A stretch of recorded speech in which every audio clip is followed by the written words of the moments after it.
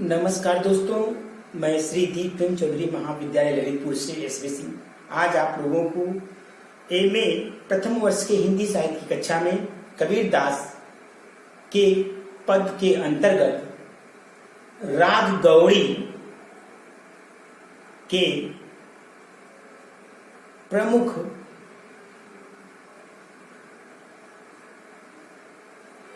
पंक्तियों की व्याख्या के बारे में अवगत कराएंगे।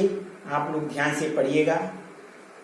राग गौड़ी की ये जो प्रसिद्ध पंक्ति है, यह परीक्षा की दृष्टि से बहुत ही उपयोगी है। ठीक है, तो आप लोग ध्यान से पढ़िएगा और समझिएगा।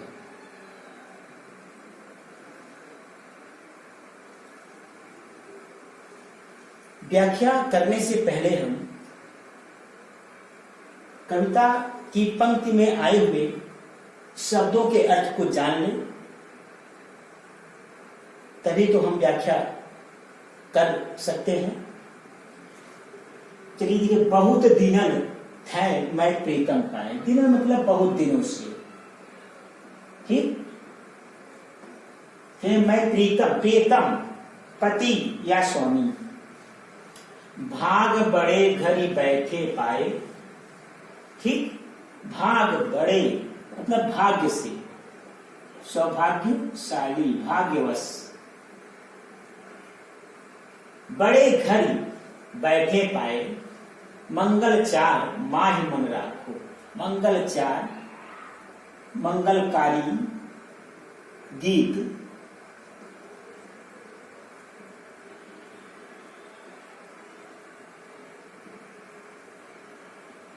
लाभकारी। ठीक, माही मन राखो, मन रखना। राम रसायन, राम रूपी, राम तत्व रूपी रस का चसना मतलब स्वाद लेना, आस्वाद लेना। चसना मतलब स्वाद लेना। ठीक है, राम रूपी तत्व, राम रूपी तत्व का, राम रूपी तत्व या राम रूपी रस, राम रूपी रस, राम रूपी रस का आस्वादन करना,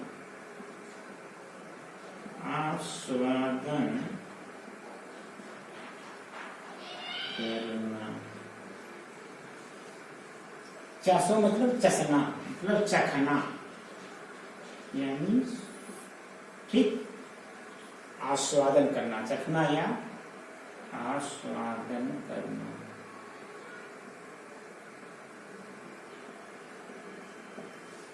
मंदिर माही भया उजियारा। उजियारा मतलब होता है प्रकाश। ठीक, मंदिर माही भया उजियारा। घर रूपी, शरीर रूपी मंदिर। यहां होता है शरीर रूपी मंदिर, शरीर रूपी मंदिर। माही भया उजियारा। लय सूती मतलब शयन कर, सोना, शयन करना,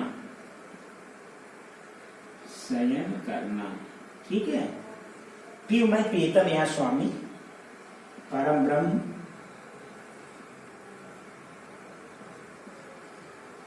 मैं निराश जो निधि पाई।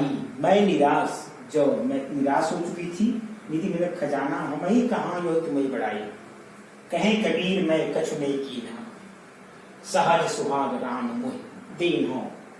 ठीक है, सरल स्वामी सुहाग। चलिए अब व्याख्या देखते हैं बच्चों। व्याख्या, कबीर दास जी की जीवात्मा रूपी प्रियतमा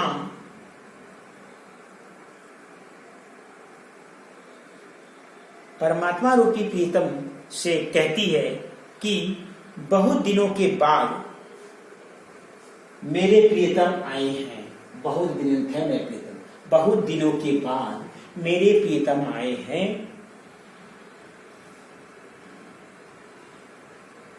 मुझे अपना घर छोड़कर कहीं जाना नहीं।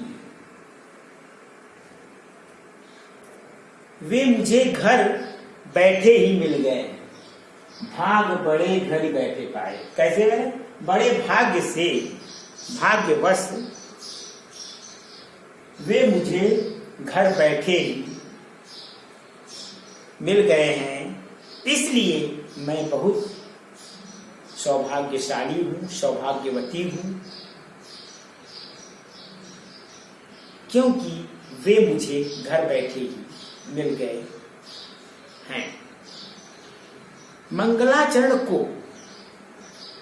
मंगलकारी, मंगलाचरण शुभ चरण, शुभकारी, लाभकारी, पुण्यकारी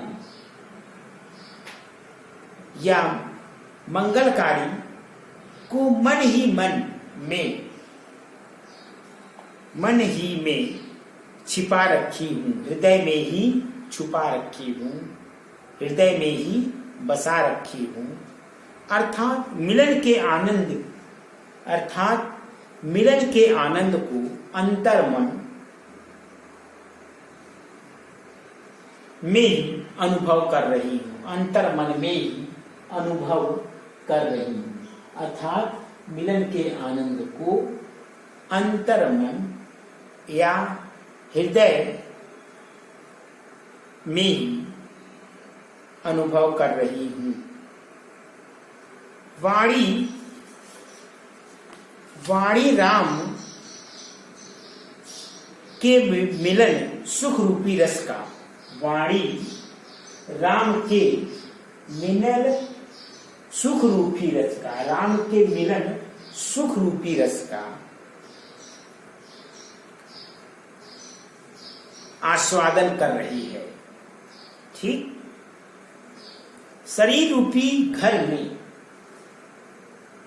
मंदिर माही भया उजियारा, शरीर रूपी घर में आलोक फैल गया, प्रकाश पुंज फैल गया, परम ब्रह्म का प्रकाश पुंज फैल गया।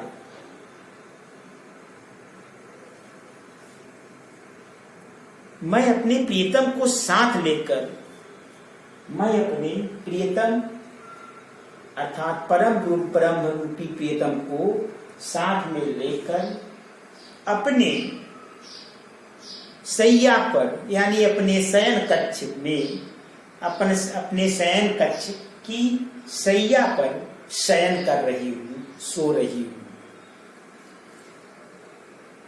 ठीक है बच्चों, मैं तो निराश हो चुकी थी, मैं तो निराश हो चुकी थी, किंतु राम के अनुग्रह से, किंतु राम रूपी परम ब्रह्म के प्रेम से, अनुग्रह से, राम रूपी परम ब्रह्म की कृपा से मुझे नवनिधि मिल गई, मतलब नया खजाना मिल गया, नया आत्म तत्व मिल गया। ठीक, यह प्रेयसी का प्रयत्न नहीं है, हमहू कहाँ है तो वही बड़ा, यह मेरा प्रयत्न नहीं है, यह जीवात्मा रूपी प्रियतमा का प्रयत्न नहीं है, यह तो परमात्मा रूपी प्रियतम की कृपा है, जिसके कारण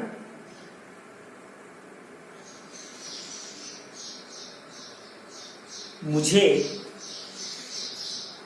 नया खजाना मिल गया है।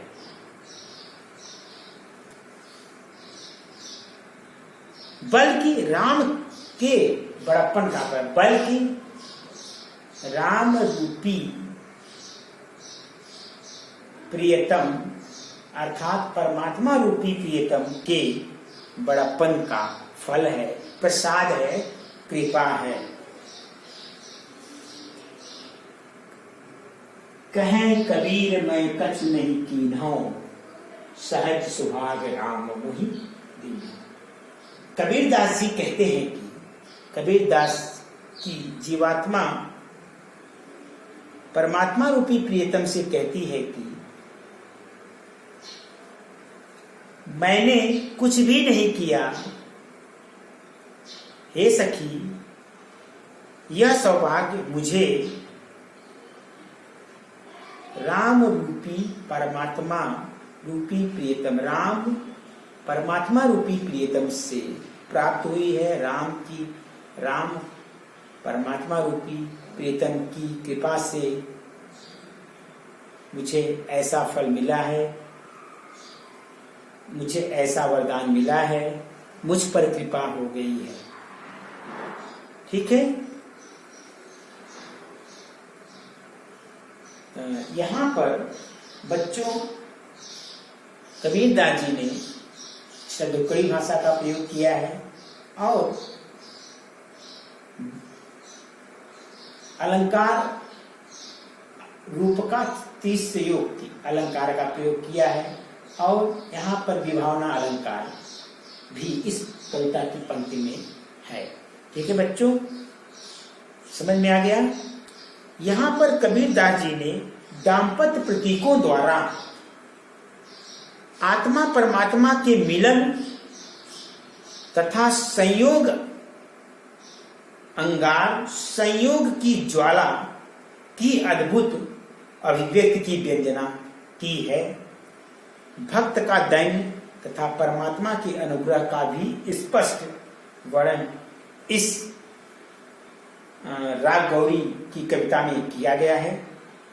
मिलन सुख की अनिर्वचनीयता की भी अभिव्यंजना हुई है। संपूर्ण भक्ति साहित्य में अनुग्रह तथा आस्वादन की अकथनीयता का भाव व्यक्त किया गया है। ठीक है, आज के लिए इतना ही बच्चों। उम्मीद करता हूं कि मैंने आपको आज कबीरदास साखी के अंतर्गत राग गौरी के प्रमुख पदों की व्याख्या के बारे में जो भी जानकारी प्रदान की वह आपको अच्छी तरह से समझ में आ गई होगी। ठीक है बच्चों, बहुत बहुत धन्यवाद।